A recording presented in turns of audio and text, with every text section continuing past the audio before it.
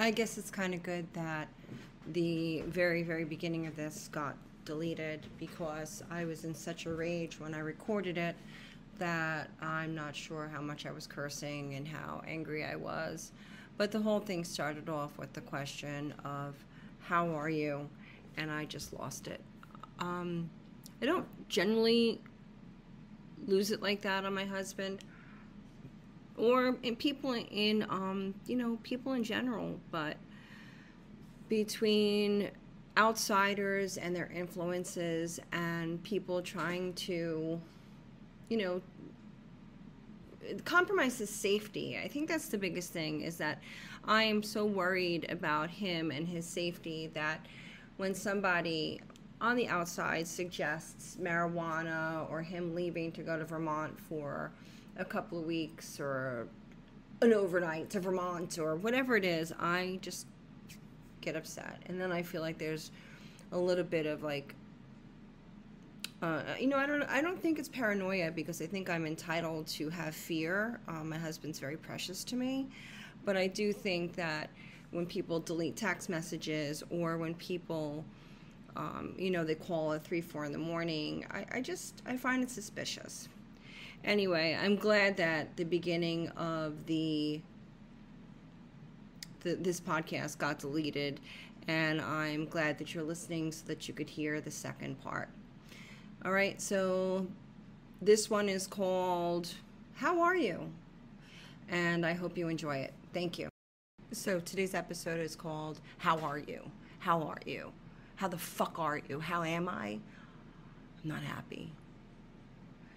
So last night I get home from my job, which I stood in, like, I was outside and there was like bugs, and there was just bugs all over me on my back, and no one told me to bring bug spray, so I was just like, it wasn't that they were biting me and causing me like welts or anything, but they were just on me. So that just set up my evening to come home, to come home and have my caretaker tell me about another one of his groupies and how he wants to leave. Now let's just be realistic about this.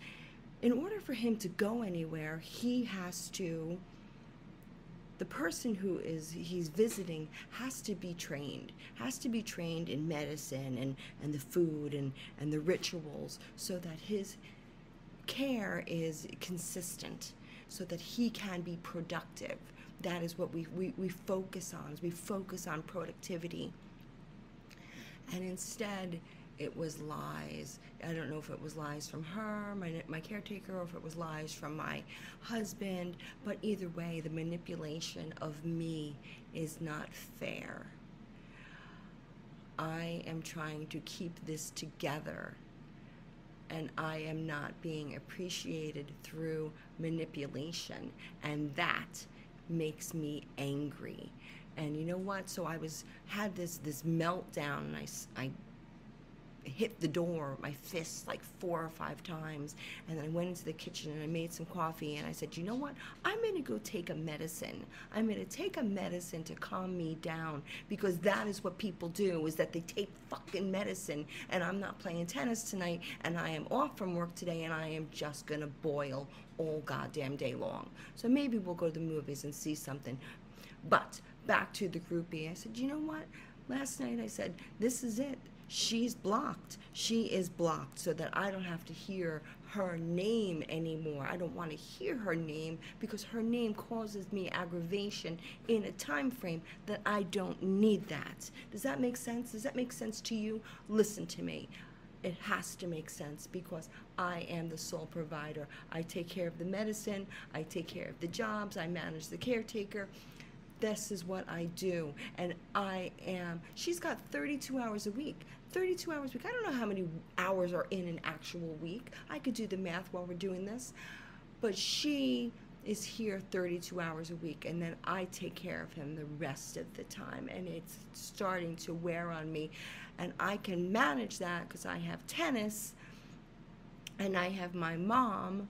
But when outside people want to come in and affect me, want to manipulate my life, want to take my husband and get him sick, let me share a story with you. So he went away to a girl in California She was gonna take him to do this and that, and instead she didn't listen to the way I said, give him the medicine. She didn't listen. And because of that, within 24 hours of arriving in California, he was hospitalized. And then he came home and he wore a catheter for 4 months because the person didn't listen to me. I am not keeping him a prisoner. He can go places. But does it not make sense for the person who will be taking care of him in another location, will it not make sense for that person to come here and learn? But that's a whole nother situation. It's just a whole nother situation. I don't want to come home and have my caretaker tell me that he is begging her to take him to the airport. And then when I confront him on it, oh no, I never said that. I love you. I never said that. So what is the truth? So my head is just like fucking jambalaya right now. It's jambalaya. It's not settled, and it's not fair to me. This whole thing isn't fair to me. And I screamed at him and I said, I am 52. I am 52 years old and I don't get to have sex, and I don't get to get my nails done and my hair done. And I am so miserable, looking for these jobs and make me sad. And this is my choice to stay. But if he doesn't want to be here, then he should leave and give me that opportunity to be happy. Don't you think that's fair? Instead of torturing me with these people that call up and they disrespectful, and they just, meanwhile my poor caretaker, who I believe is honest, I'll never know. My poor caretaker, I said to her, okay, I'm going to confront him on this. And then I said to him, if she's lying to me, then I will fire her. Which is not something I want to do. Oh, I don't even know what this is. It's not something I want to do because she's become a good friend of mine. We sit, we talk, we are both, we share. If you know what that means, if anybody knows what share means, share is a very important word. Thank you for sharing. Anyway, we share, and I don't want her to leave. I don't want her to stop being the person that I trust within this household. But if he is, again, manipulating the situation, and you know what, let's stop this conversation, because this could all be dedicated or due to his illness, where he is neurologically compromised. And it could all be due to the illness. I'm so lost. And people say, you need a therapist. I don't need a fucking therapist. I need my old life. I need my old life back. I need a husband that's rebellious and, walks around with his fucking dick out, smoking a cigarette. That's what I need. I don't need to be living in Century Village. When people that work for me come into this house, they have, there's a manual, I think I've mentioned it, there's a book that I created that tells people how to manage my husband. And it is very comprehensive. It talks about, do not come in here trying to fix him. Do not come in here with suggestions about medication. Especially do not come in here with suggestions about alcohol or marijuana or CBD or THC or drops, gummies, anything. And my caretaker knows this. She's sober. She is from the program, and that's another reason why it was a good fit. And this person up in Vermont is not. She is not a sober person, so her rationality and her reality is not on the same plane as mine. I live a very structured, serious life, and that is how I'm able to manage everything. I had another person come over the other day, and he's like, I've been doing some research. On Parkinson's and this strain, and I said to him, this is a sentence I said to many people out in California when we lived there. I said, are you the one that's going to kill him?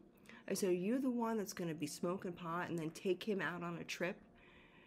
because you think that you know better than me. I said, don't do that. Don't do that. Come into my home and respect my home. Respect my life. Respect my marriage.